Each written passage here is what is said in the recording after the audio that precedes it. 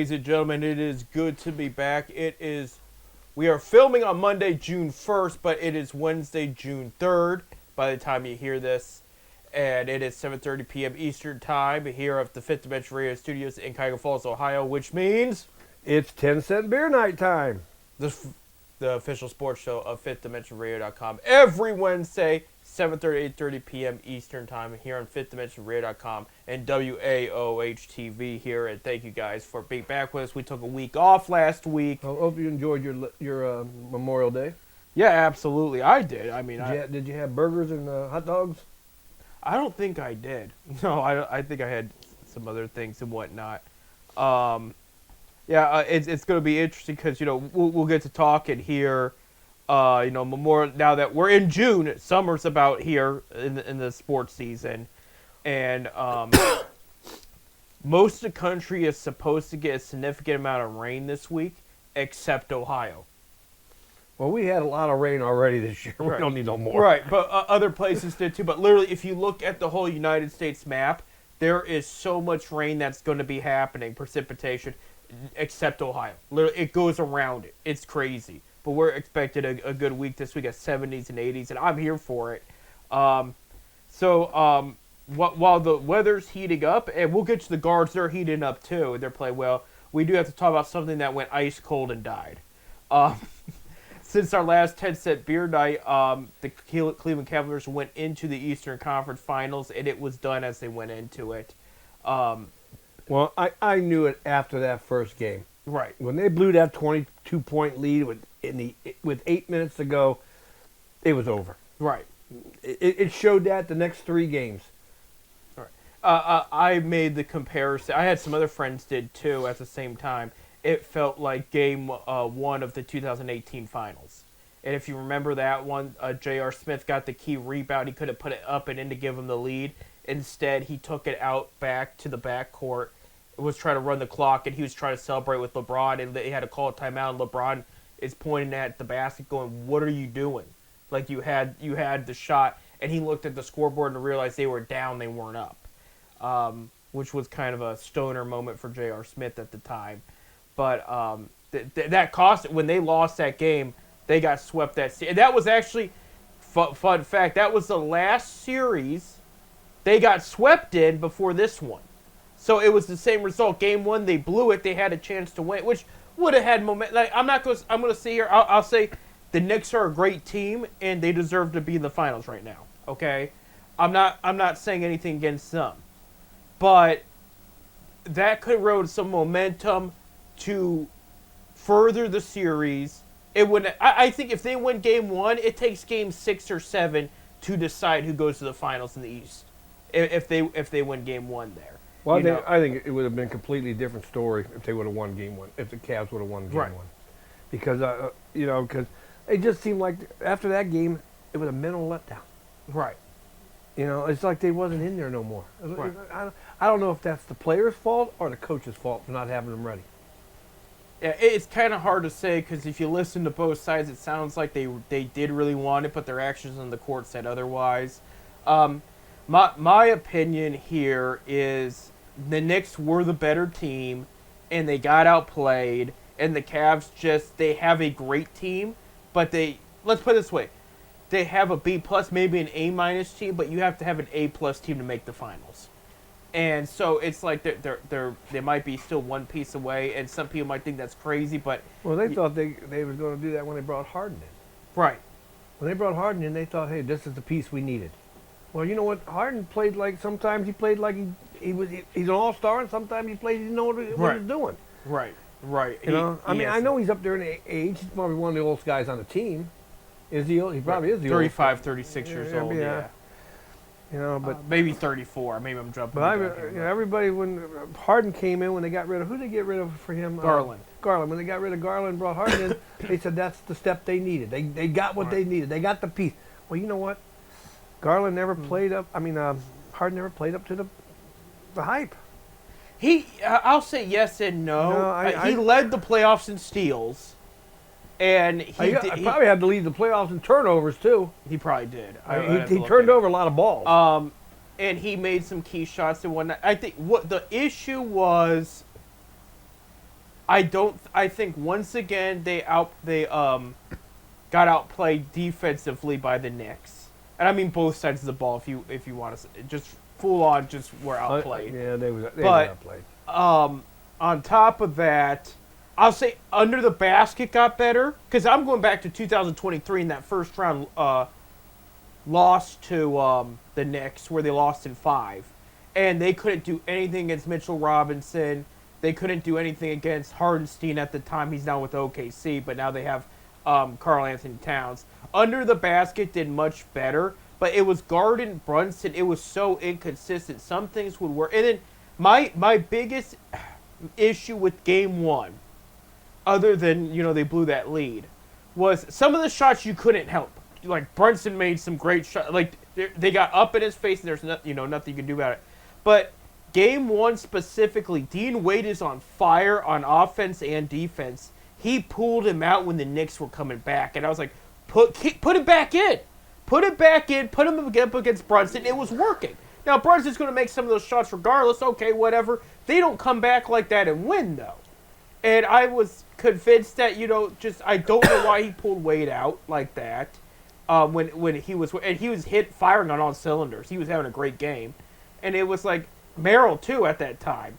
And it was just like, man, just keep him out there. Sometimes I wonder that coach really knows what's going on. I really do. I mean, he's a good coach. Let's not take it back. I think we're jumping the gun with the coach, too, because this is only his second year. We made the conference finals, and this is hands down the furthest he's ever gone, too. He's never been there. Where Mike Brown had been there. J.B. Biggerstaff had not been there. Toronto coach had not been there. So we outplayed who we should have outplayed, and then we came up against the Knicks, and then it was, everybody knows the story now. So Knicks sweep, they're going on to the final, and funny enough, this will be their first final since 1999. And who did they play?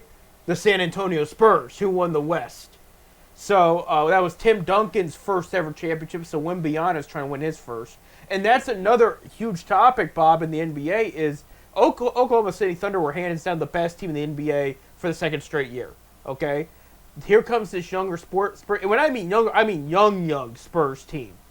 Beats them, and now they're going up against the Knicks here in the finals. It's going to be a good one, but you're going to have two teams. The Knicks overall have some good playoff experience, but not a ton of finals. And the Spurs have limited. Cornette's on their team, so he's got finals experience, but the rest of them really don't.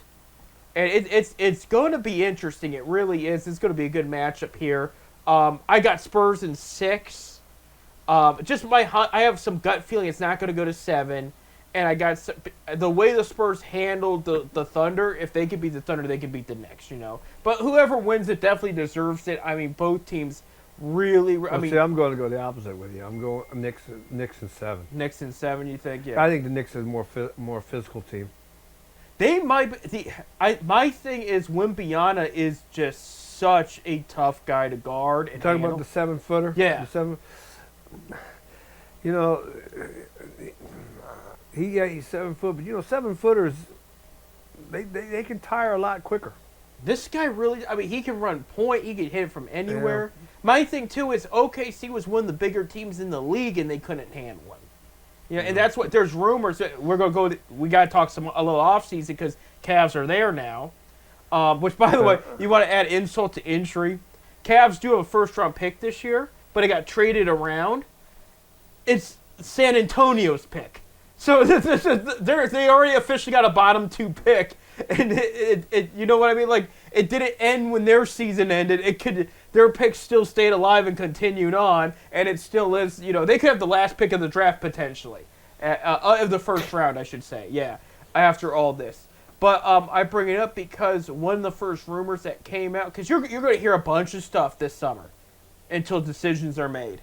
But one of the first rumors that came out for Oklahoma City is that they're interested in a potential trade, and they have the capital, they have the cap space, because not everybody's on a max contract over there, and OKC's got a fascinating situation. They got a ton of first round picks. One of the trade ideas that has been brought aside from Giannis for the OKC is Evan Mobley was brought up because they said they think Mobley could match up well against Wembanyama. I don't think it's a good idea unless they would have to give up a haul. We're talking picks and one of their bigs. I heard that too. But I also heard Mitchell's involved. Could be involved in one of these trades. That would be if he doesn't want to sign an extension, and I think he's gonna end up signing the extension, or maybe a 1-year extension and see if they can extend to the bigger extension after that, because there's a whole technicality going on with this contract where he can get $175 million this summer plus, or if he waits another year, he can get like 275 to 300. There's some there's because the cap's gonna go up in the NBA, so there's a whole thing about it. This is the ball when it comes to the Cavs and whatnot. They need something to push them. They need another option there. You're going to hear the next 5 weeks, 6 weeks until we get it for sure, and we will know by the time 6 weeks down the road. But the talk of the town. Now, I should say talk. It's the talk of the NBA. It's the talk of the nation. It's the talk in Cleveland. It's the talk in Akron. LeBron James in his final decision, and everybody's pointing to Cleveland right now. Well, and that's, I ain't saying a word. He ain't saying a word. I ain't saying a word. I've been telling you that for the last 5 years. He's coming back to Cleveland. Right. And I wasn't there, but I'm wearing for those that are watching us on the YouTube or WAOH, I'm wearing a Rubber Ducks shirt. He just had his Rubber Ducks bobblehead for his foundation last Saturday, which was that's the first time ever the team has hosted a LeBron James Foundation. They should give him a bobblehead. Right. He's got his number retired. Yeah, he's got his number retired there too. But so it's been a hot topic, and it's been the only thing anybody in Cleveland aside from the Browns. We'll get to that soon because I gotta go off on some people. Some more stupid stuff came up this morning. But on a more positive note here, as far as the Cavs go, it's interesting because they don't have much in the way of free agents. Dean Wade's a free agent. Keon Ellis is a restricted free agent, but he will come cheap in the next year. Cheaper than most people, I should say. James Harden's got a player option. He's expected to decline. Now, I'm hearing his extension is going to be a little less than they originally reported. They first reported $78 million for 2 years. They're now saying it could be $60. So that's still $30 million a year. But that's pocket change. That's pocket change. That's still a lot in the NBA there. But so he's expected to sign back. They trade for him. Now the debate comes with LeBron is he going to take a pay cut, or is he unwilling to? And he says, "Look, I want my rightful due." Because there was reports around trade deadline, he's willing to take a pay cut because he realizes he's going to be 42 in December, and that he shouldn't be, and he's only going to perform so well. Which this is still a 20 to 25 point per game, 8 rebounds and 8 assists guy. He's still very productive. And I'll add too, the Lakers, despite they won round 1 and they lost in round 2, they got swept in round 2. They were one of the least turnover teams in the playoffs. And that was partially because of LeBron handling the ball and slowing the tempo down and being smart with it too. And that's something the Cavs were missing, definitely in this playoff stretch here. Again, give credit where credit's due. They did at least make the Eastern Conference Final. It just stinks because this was their 3rd time without LeBron. And because they made it in the 70s, I didn't know that. I knew 92, but they made it in the 70s too. They made the finals in the 70s. This was they had Dick Snyder, Bill Johnson, Bobby Bingo Smith. Right. They had some good I think players. it was 74, 75 Yeah. they made the conference finals. Maybe it's 75, 76. I'm going by memory. I don't have. It's in the middle 70s. Right. This was the first time they've ever been swept in the conference finals. They've at least won 1 game in the conference finals in the past. So this was the first. Of course, Mike Brown got his revenge there after they fired him twice. And that's where I'm okay with, as much as I don't care for the Knicks. If they won it all, it wouldn't be the worst deal. Because good for Mike Brown if he was able to win it all like that. After everything he's been through, and especially people forget he was fired from the Kings for calling out a player on a press conference, and 2 months later they trade that player anyway. So it was like, what was the point of firing? And it was. Oh well. It was a whole thing there. If But you look at the playoffs this year, it was all ex-Cavalier coaches up the line. right, right, except for Ty Lue, who didn't make it out of the bubble there. But before the Knicks, it was Detroit. yeah, It was that J.B. Biggerstaff. Yeah. He was the head coach at Cleveland at one time. He went what? How many games they go? They went 7. Yeah, they went Took 7. them 7 games, almost beat them. Right. And then going back, I zoned out there. With the whole LeBron thing is, what's going to be the plan? What's going to be the avenue to get him here if that is the plan? Or is he going to be willing? Because there was a former player, I think it was Eddie Jones, don't quote me. I'm going by memory. There was a former player that was saying this would happen right after they lost to the Knicks. He said LeBron should come back home. They would win it all next year. It would be the best story in the NBA next year and a great end to his career. And he said, don't worry about the money because Nike and he named some sponsors and all that, could find a way to get him more money on the side to make it work. Do you know what I mean? Yeah. And that was something that was brought up. And then you got, of course, you got player incentives, the jersey sales and the cards and everything. And I don't know how much they make on that because it came out this weekend, switching slightly gears to the Browns. Shedeur Sanders set the record last year. He earned $17.1 million on those NFLPA player incentives. The record before him was Tom Brady in 2021 at $9.5 million. So I'm not sure what the percentage of the cut is because I'm not taking anything away from Shedeur. It shows the popularity of Shedeur Sanders. Well, Daddy's named also. Yeah, that helps too. But he still was a Pro Bowler and he still went 3 for 4, I should say.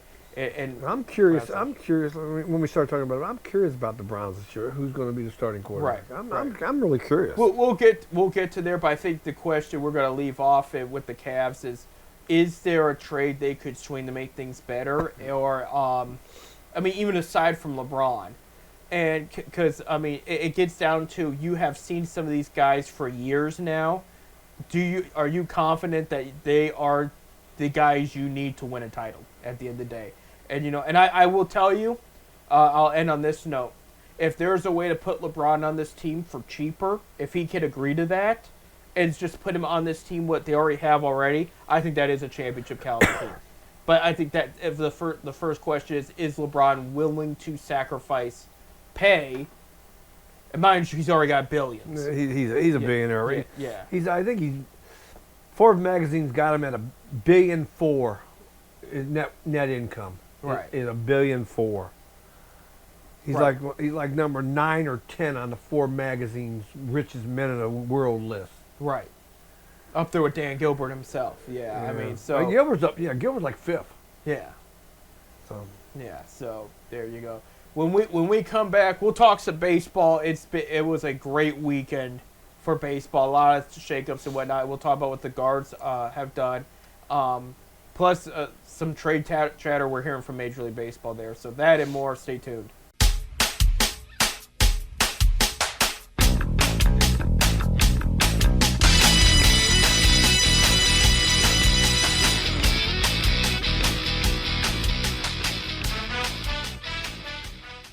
Welcome back to 10 Cent Beer Night here at FifthDimensionRadio.com. I'm Seth. I'm Bob. He's got the giggles here, well, too. I do want to clear one thing. Bob mentioned, I'm not going to repeat what he said off air. What? But there was, you did mention something that made me click and say we got to bring it up before we move to the guards here as we were going back to our conversation about the Cavaliers. I want to make this clear. And if I'm wrong, I will tell you I'm wrong at the end of the day. If I'm wrong, I was trying to think of something compensation wise. Maybe I'll donate to charity or something. But I guarantee you I'm right here. As far as the Cavs and trades and offseason go, Giannis Antetokounmpo is not coming to Cleveland. Quit talking about it. Well, he's coming. No, he's not. LeBron will come if he comes. LeBron will come regardless if LeBron, he's serious about it. LeBron's already in Cleveland. Here's why. Because people are talking about, like, well, would you give up Evan Mobley, this and that for him? There's a part of the story Cleveland media is not talking about. It needs to be talked about. And it will directly impact the Cavs here. And if this wasn't the situation, I would say maybe they discuss it. But this is why. Who is running point on the Giannis trade talks in Milwaukee outside the GM? Do you know, Bob? Okay. Part owner Jimmy Haslam. Okay. He's running point. They're giving him more front office responsibilities. I don't know why. Don't ask me that. It would probably hurt my head to think about it. Him and Dan Gilbert have a rocky relationship. Okay. It's happening in Cleveland right now. They're battling about. See, I never knew Haslam had anything to do with it. He's part of. Yeah, he bought part of the team a couple years ago. I had nothing. I didn't know nothing about that. And they gave him more the current ownership, head ownership, wanted him to be more involved in front office because they liked his ideas or so. I don't get me. I will literally get a headache if I think about it. Because it doesn't make any sense to me pointing at this Browns team and going, how the hell are you looking at this and saying, yeah, we want this guy to have more say on our team? You know? You won a championship a few years ago. Just listen to the people that got you there. I mean, I get it. They held on to too many players on bad contracts, but besides that point, you at least won a championship, okay? Anyway, when the old the current Brown Stadium gets torn down, they're going to put apartment complexes and stuff in there, and Gilbert and Haslam are battling for basically property and why would Haslam? He wants to get the hell out of there anyway. He wants to go to Brook Park and become the Browns. Brook Park Browns. Why in the hell would he fight for the property down there? Stay there if you don't. There's money. There's money. There's a ton of money. They have a multi-million-dollar idea going on down there. They should give that property to the people of Cleveland who built that stadium. Right. With the syntax they voted in. I don't have it in front of me prepared, but there's a new bar that's opening up in Cleveland that Dan Gilbert's going. It's the one where you walk in and it's like you're at the game. You have courtside seats or field sides, you know. That was originally supposed to be at Brook Park near the new Brown Stadium. He moved it closer to Rocket Arena. Good. Okay. Good. I like Gilbert. People were like, "Hey, wait a minute! This was originally in the plans of Brook Park. What happened?" They're like I said, they're going head to head with each other right now, and as a result, that is why the asking price was Mobley and all their first round picks, literally all that they were allowed to trade, because Haslam wanted to see how desperate they were to give up future capital. As you saw, that Haslam knows that can hurt your team if you give up future capital like that. He learned the hard way. So I'm just throwing that out there. Because of that relationship, I am telling you right now, that's not going to happen. Plus, Giannis has hinted at Miami and Boston, and I'm dead serious. I think OKC's going to go harder at him than you think, because they're thinking, well, wait a minute, if we're going to shut Wembanyama of the Spurs, which Wembanyama's the reason the Spurs advanced, okay?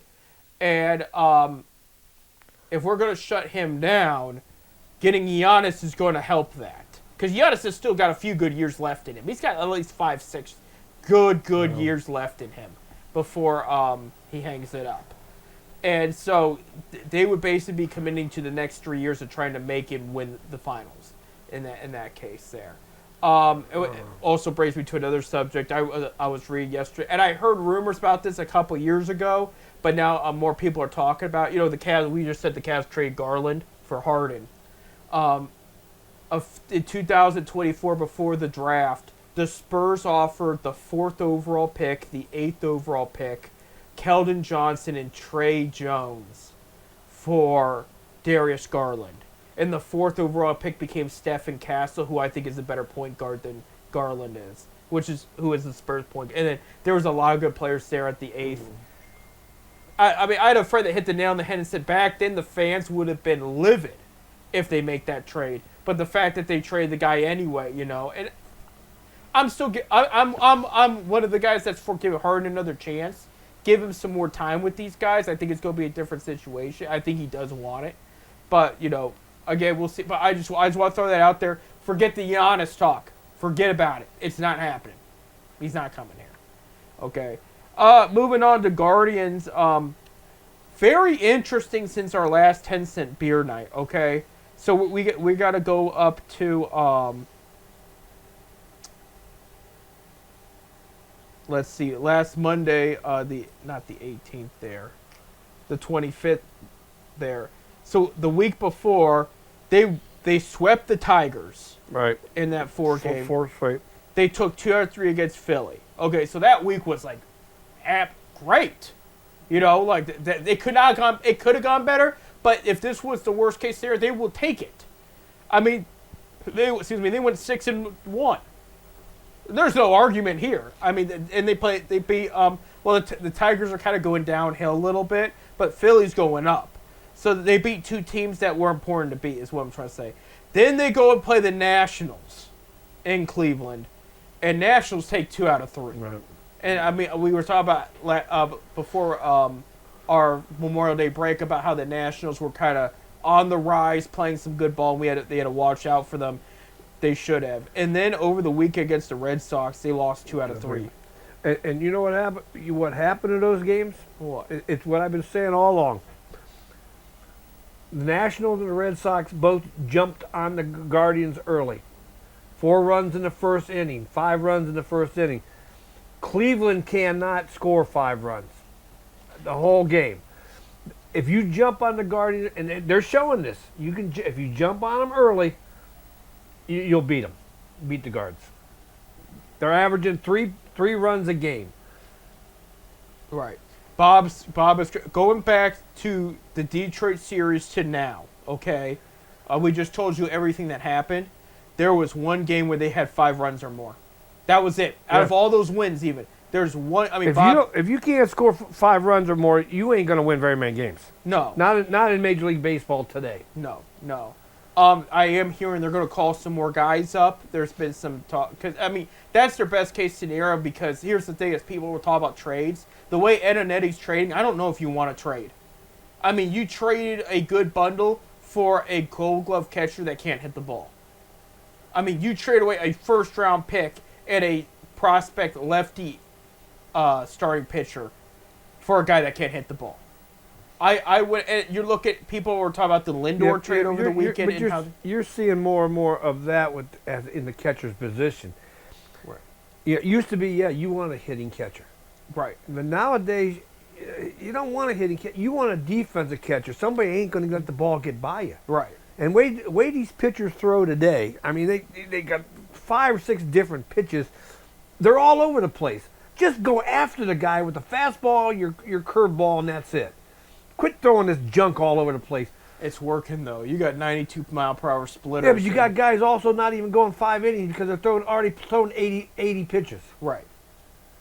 I don't understand that. If you got a good defense behind you, just get the ball over the plate. Your defense will handle it. Right, absolutely. I'm watching the other day. The guy goes up 0-2. 0-2, Cleveland pitcher. Next thing you know, he walks him because he's throwing junk all over the place, trying to get him to swing at pitches out of the zone and stuff. Right. Go after him. I'm tired of seeing I agree with the crap. Yeah, I absolutely do. Well, the good news is they're 34-27. They're first. Well, in the AL they're still winning. They're still winning. They're still in first place. I think they're 2 games up on Chicago. Right. And Chicago's the one playing out of. I never thought Chicago would be in second place. No, that's the team they have to worry for it there. This week they're away the entire time. They're in New York for the Yankees on Tuesday through Thursday. Then on the weekend they're in Texas and Arlington to play the Rangers there. Fox will have their game on Saturday night, so that is nationally televised. and then by the time we come back for 10 Cent Beer Night, they'll be back home and they'll play the Yankees again. So it's going to be a tough 9-game stretch. That's just funny. You're playing the Yankees. You're in New York today. You're coming home and play them after what? How many games? 9? Right. We're going to see Boston in September. Right. And we just got done with Boston. You know? The Right. schedule's screwed up. It is different. I think they should open the season with your division foes, because you got enough in each division now. You can do that. Middle of the season, you play your division foes, and the end of the season, you play your division foes. And then that's gonna decide everything. Instead of I'm not opposed. Yankees in June, 7 times, however how many times they play. In Boston, 6 you play them times, 3 yeah. times, and you're going to play them 3 more times in September. You're going to have pretty much the Yankees done with. Right. I don't understand their scheduling purposes. Well, here's your standings update since it's been a couple weeks since our last 10 Cent Beer Night.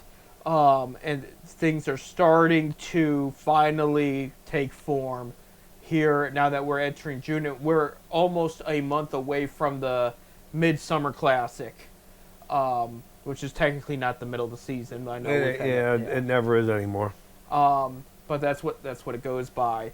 So this is where we're at. American League Central. Guards, we said, are first place. They're 1 game behind Chicago Whites. Yes, the White Sox are 1 game behind, and they have a guy named Davis Martin who's up for the Cy Young in the early watch there. Like I said, very early watch there. But, I mean, White Sox are playing so well right now. If you would have told me at the beginning of the season I would say this in June, I would have said, yeah, good luck with that. I would have never thought White Sox would be there No. in June. No. You have the Twins 6.5 games back at 27-33. You have the Royals and Tigers 11 games back. Tigers are 11.5 actually in dead last. Tigers are not playing very well. I am hearing more Tarek Skubal trade rumors just to see what they can get for him, because this season's slowly becoming more and more of a lost cause. So we'll see. I mean, right now he's hurt. You But know, trouble with Guardians has his numbers. yeah, Strubal's number. Over the years, they've had his number. they have. Yeah. But he is one of the best pitchers in the league. There's no doubt about that. Absolutely. In the American League East, you have the Rays 36-20 in first place there. That's another team. I knew they had good pieces, but I didn't think they'd be on top of things now, but they are playing very well.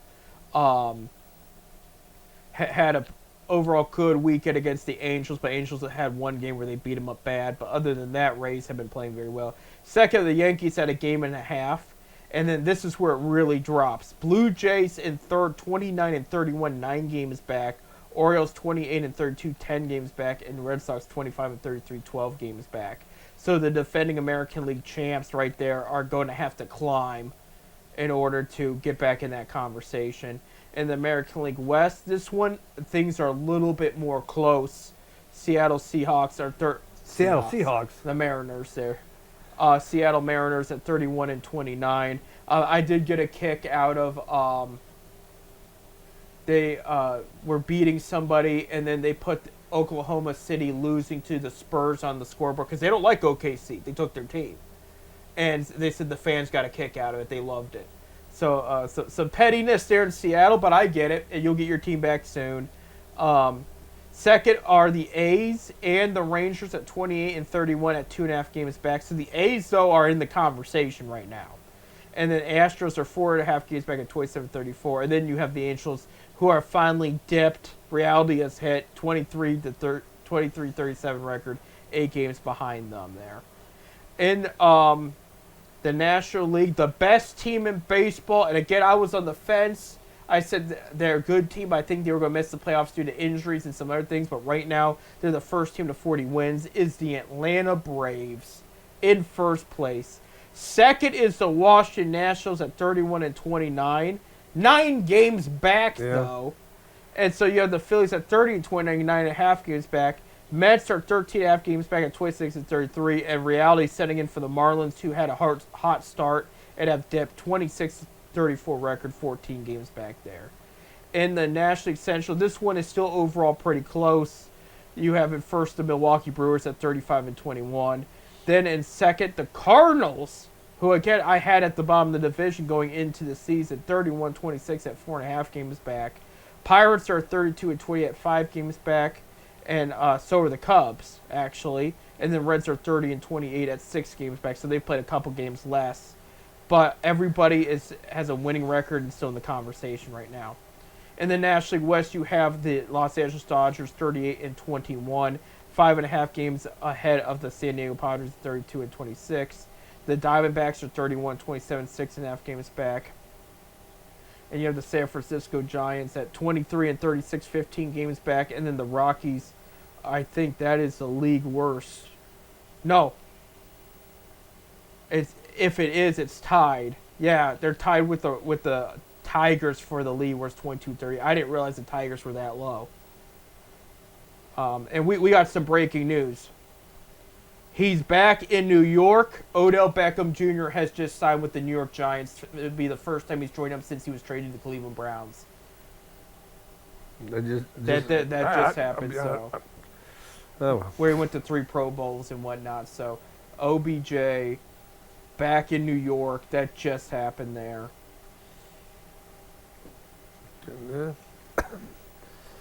Good for him, I guess. Yeah, I wasn't a big fan of his. So.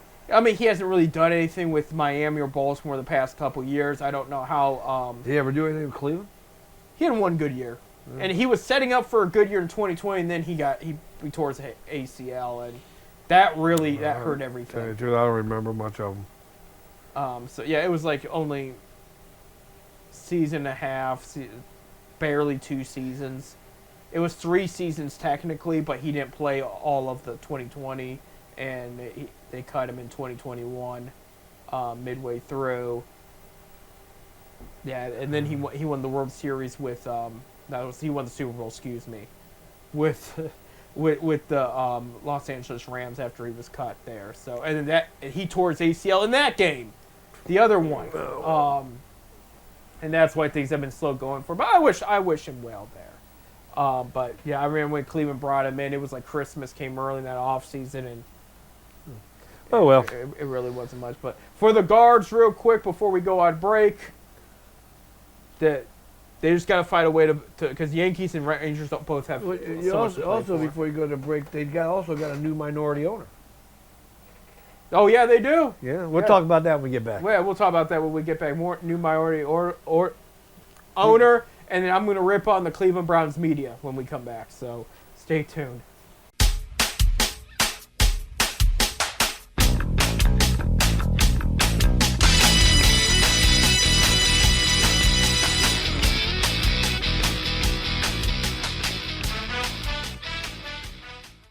And welcome to our last segment of our first June show here in 2026. We're ready for summer to kick out. Are you kids ready to end school?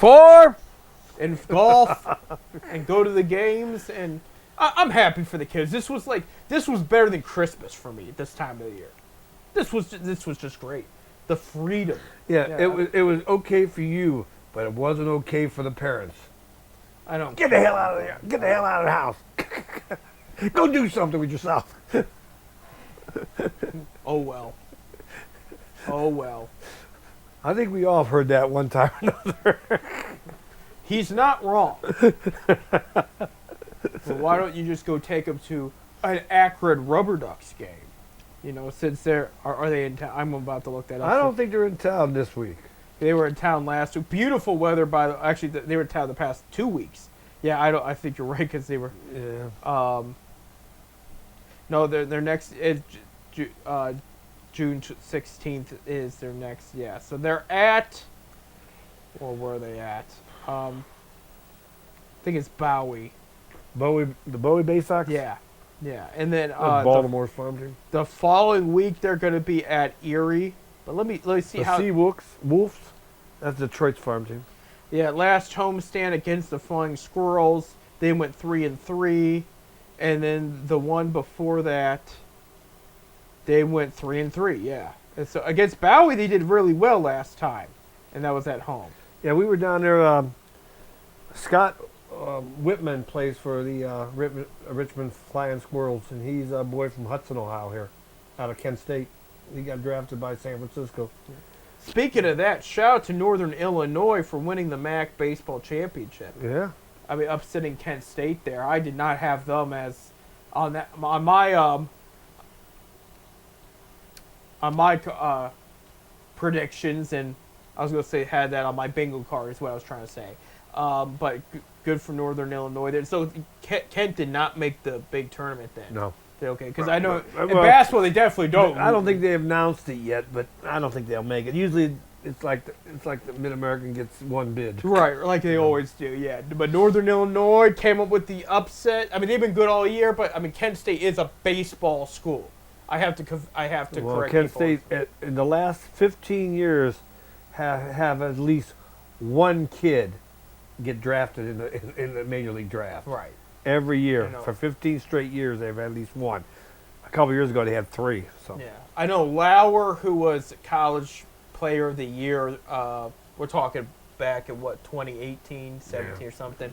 He had a good first game with the Dodgers. So that he got traded to LA when LA is having injury problems. Excuse me, and so that was good for him. of course, Kent State has probably one of the best pitching coaches in all of baseball, college, pro, whatever, in Mike Burbeck.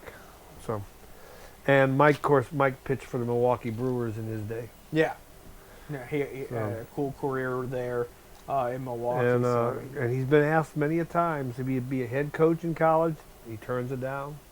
He's been asked to be a pitching coach in the major leagues. He's turned it down. He likes where he's He at. likes where he's at. He enjoys where he's at. And Mike's a great guy. I've talked to Mike many times. Good. So I mean that's worked. That's been a gem for Kent State there. But good luck to Northern Illinois. We'd like to see a MAC team do something in the College World Series if they could get there. You know, it'll be the college tournament until you get further down. It'll be the College World Series and whatnot. So switching gears here to football, because right now we're in this. If you're a big football fan, this is a frustrating. Which is not. Me and you are baseball guys. Did we talk about Kelsey yet? Did we talk about? Oh yeah. Well, yeah. Well, We'll you talk keep about that. forgetting Yeah. that because I want to see Kelsey in the stands. Kels, we're going to say it right on here for the family's sake. They are a Cleveland family. But Travis Kels, tight end of the Kansas City Chiefs, bought stake at the Cleveland Guardians about a week ago. This was coming shortly after he was at the Cavaliers game with Taylor Swift and the New York And Knicks. then they were at the Guardians game. Oh, were they both at They were both at the Guardians There you game. go. So she's warming up to Cleveland there. So that is there going to be a home in Cleveland for them? I would hope so. Yeah. I know Jason and his wife don't necessarily live in Cleveland, but Yeah, but is his wife as famous as? well, and we'll. I mean, I don't know his wife. I mean, I don't know. No, Jason's no. She's a regular gal, good looking. Just like Taylor. I mean, But you're talking about $1 million football player and $1 billion singer. right, that's the. And I will say, Cleveland treats people more respectfully than Hollywood and whatnot. I know when Khloe Kardashian moved up here with Tristan Thompson back in the championship days, she said Cleveland people were so nice. They would say hi and then they would leave her alone. Where's that Taylor? was a big deal. Where's Taylor from? I mean, Tennessee. Is she from Tennessee? I'm pretty sure, yeah. So she's a Midwest girl. yeah, I mean, yeah. Mid-South or whatever it's called. But Chloe talked about how people would say, "Oh, I watched the show." They would bring it up at the grocery store, say their nice thing, and leave. And that because they wouldn't stalk her, they wouldn't get weird. She just said they were just extremely nice and polite. So LeBron will tell you that he likes to trade in Akron during the off season, regardless of who he plays for, because we leave him alone. If we see him, it's hey LeBron, and that's it. That's literally it. We know he's got stuff to do. We love him, respect him to a point. It's like, hey, we're glad you're home. Welcome back. Do what you got to do. And I think Taylor, here's where it gets difficult. I hope the same for Taylor for privacy and personal reasons, because of who she is and how big she is. That's like in LA, paparazzi follows LeBron. To us, that sounds blasphemous. That's like, why would you ever treat a guy like? Because they're obsessed. They're crazies out there. Okay, over there he's just LeBron, the high my basketball player. Over here he's our big brother in a way, And so, Yeah, so we look at him different. Big Bro's like just a kid to you, but I mean, but he grew up here. He's one of us at the end of the day. So it is a different dynamic. But I mean, I would hope if they did hypothetically buy a home in Cleveland, that they would be very respectful to her and they would let her do her thing, Yeah, I think they live her would. life with her husband. I'll tell you what, Cleveland's a great city. It really is a great city. And it used to have some bad raps. Players didn't want to come here, and so, but now you get these players. They talk about being in Cleveland. They want to come to Cleveland, and a lot of the guys that came here. Look at Mike Hargrove, Right. Coming from Texas. He raised his family here. He's still here. Of course, he's still got a home in Texas. A lot of the old athletes are still here. Larry Nance still lives in this area. He wasn't from this area. Senior, yeah. Senior. We're talking about senior. We're talking Junior's about from this area. I understand Tomey still stays around this area. He still lives in Illinois, but he's got a home here in Cleveland area. Alomar, who I know he coaches here, but he didn't leave. Yeah, Sandy still stays here. Charles Nagy still has a house in Westlake. Joe Thomas still is. I know he's got property in Germany now too, but he's still in the area. Joshua Cripps is from the area, so that's not a good example. But but these guys could have left. Yeah, they stayed in the area. This still is one of the best areas in the country. right. You know, Right, absolutely. Well, and the other thing, Bob, is we talk about these players that leave all the time because, our hearts sank when Manny Ramirez left, when Jim Thome left us for Philly twice, LeBron's left us twice. But we're in this new era where these players are staying. Like, Jose Ramirez signed his second contract to stay here, career long. he wants to stay here. He loves Cleveland. If Mitchell signs his contract this summer, he will officially have his prime days in Cleveland. Well, we'll go back to the LeBron thing. He left twice. Yeah. The second time did not bother me. No, He did the way he should have done it. Right. First time he waited to the last minute to let Gilbert know he was leaving. Had no chance to go out and get any free agencies that's already been taken. Right. He waited to I'm making the decision. I'm going to South Beach.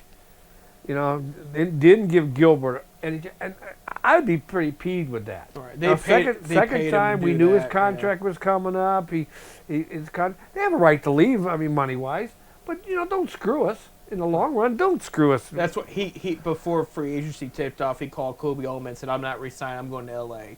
So he said, "I'm just letting you know." But he did it the way he should have done it. Right. He didn't wait to announce it on national television like he did the first time. No, that nobody knew what was going on. That was what's his name? That's that Celtics fan / sports writer that hates Cleveland. Bill. I'll have to look at. Somebody gave him the idea and they paid him to do that. Yeah, all the truths come out now. I can't stand the guy. But LeBron should have had a little bit more. Cleveland gave him his start. Right. But another guy, and this is what I wanted to bring up too. We're talking about these players that Mitchell might resign here. He's already resigned once. That was a big deal. Jose has resigned now twice within the past couple of years. Myles Garrett resigned last year for an extended contract. He could have left. Right. He could have said, I don't need this shit. Here's what the talk of this morning was, and it's the talk that actually aggravated me. And where I was going with this before I was not interrupted, excuse me. The Travis Kelce stuff was brought up. I said this is a weird time for football fans. There's not much news. Now, today there's a lot of news. Odell Beckham Jr. goes back to New York. Russell Wilson joined CBS, which probably means his career might be over. That came up. But, June 1st is a big day in the NFL because this is where a lot of contracts, clauses and all that, it's on big name players and whatnot. There's some more flexibility in the salary cap. There's all these technicalities and everything. And I bring it up because it goes along with Myles Garrett's contract too. And today has just blown up with Myles Garrett trade talk, speculation. And they've talked about supposedly the source is iffy. Okay, so don't take this with a grain of salt. And I'm about to go off here in a sec. One has claimed the Philadelphia Eagles have called and thrown A.J. Brown on the table along with other assets, okay? Now, here's the A.J. Brown, very good wide receiver. We're loaded at wide receiver for once. We don't need to worry about wide receiver. As long as everybody stays healthy, knock on wood. Their wide receiver room's the best it's been in a long time. Probably since Odell was in the wide receiver room. Okay? And then there was one about the Rams had a Ricky Williams type. Now, if you look at the Ricky Williams trade from back in the day, I think they're talking about not when the Saints traded up to draft him. I'm talking about when the Saints traded him to Miami. It was a haul they traded away to get Ricky Williams. Miami did. They're saying there's a Ricky Williams type package that the Rams are presenting to get for Miles. Are these teams actually calling them? I wouldn't rule it out. They're gonna ask. They're gonna investigate. They're gonna snoop a bit, see what's going on, because he's not OTAs. Listen, okay? Andrew Berry told Mary Kay at the draft he is a career-long Cleveland Brown, and this is the first time I've seen Andrew Berry, because he doesn't get angry. This is where I saw him hold back anger. He put his hands to he was going like this, for those watching on YouTube and WAOH, I am pretending to get away from a headache. I'm massaging the sides of my head because that's what Andrew Berry did. And he said, Mary, we go through this every time with you. I don't know why you keep bringing this up. Okay? And he said he's a career Brown. He signed with us long term. He's not going anywhere. He's made it clear. Okay? They want to nitpick because he hasn't talked to the head coach yet. Well, when they meet in training camp, he's going to talk to the coach. He's got no choice. 2, he's not at OTAs. OTAs are optional. This is the one guy on the team who is going to show up and do his job because we've seen him do it since he was a rookie. He is potentially the best defensive end in NFL history. I'm not worried about him. You know where he's at right now, Bob? Right this minute. Do you know where he's at? He's in Japan with his fiancée, sightseeing. He's a photographer too, so he's getting great photos. He's eating Japanese food. He's he's showing all the. He had a video out. Does he got his little chopsticks? Yep. Yes. In his big Miles Garrett hands, in his chopsticks there. He was playing video games. He was at the Pokemon store and everything because he's engaged. Pokemon store in Japan? Oh yeah, they created Pokemon. Oh, did they? Yeah. He's having the time. He's just relaxing with his fiance in Japan. That's all he's doing. Okay. He's in great health.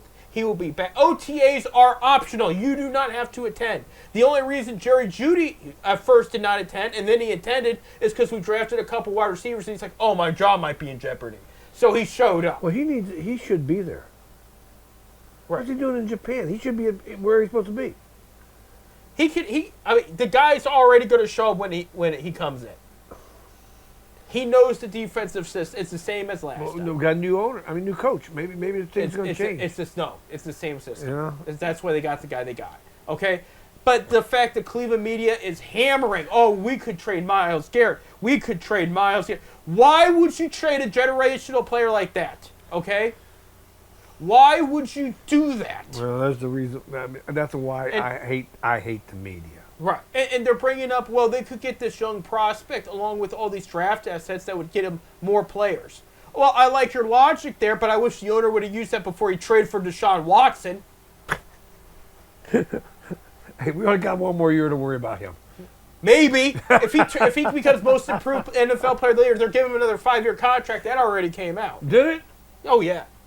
If he turns it around, they said they want him for a decade. I'm on Team Shedeur about.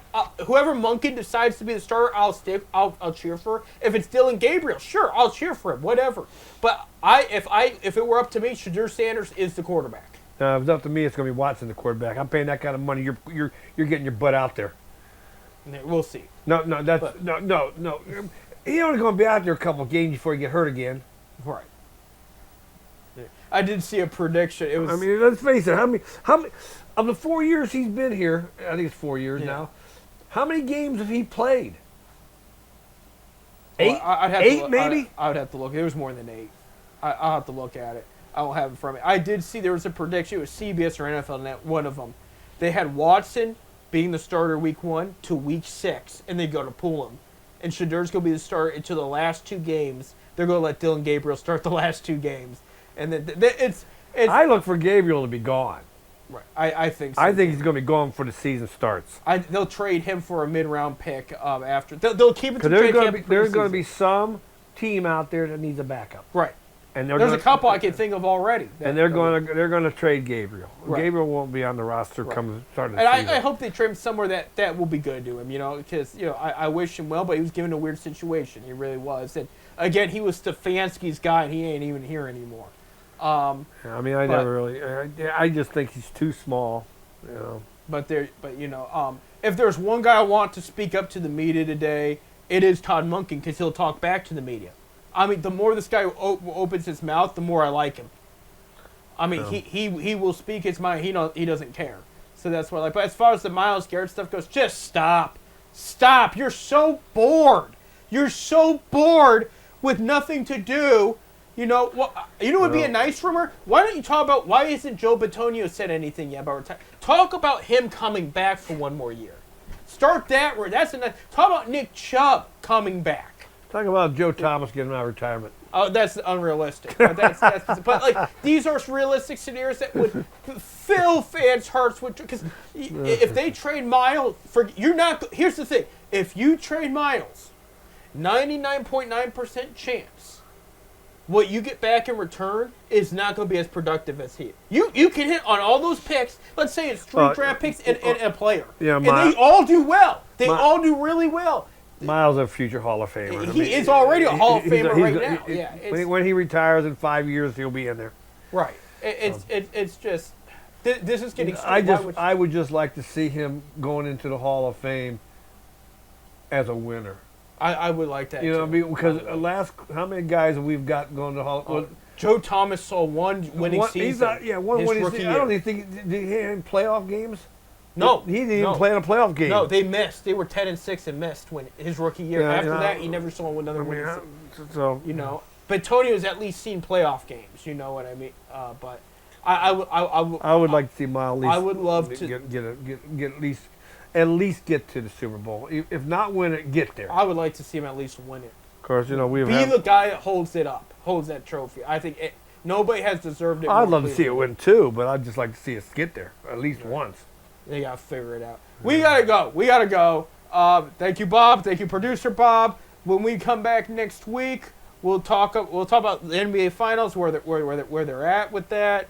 The Guardians, about how the first week of June did, and they got a tough deal on their plate this week. But we'll talk about that, and then we'll talk about any Cavs offseason talk, because that offseason will start in a few weeks at the draft. I mean, it will be here before you know it. I mean, once the finals is over, they go right into offseason, so we'll have more news on that and the Rubber Ducks and everything. So, with all that being said, I'm Seth. I'm Bob. Stay safe. Go Ducks.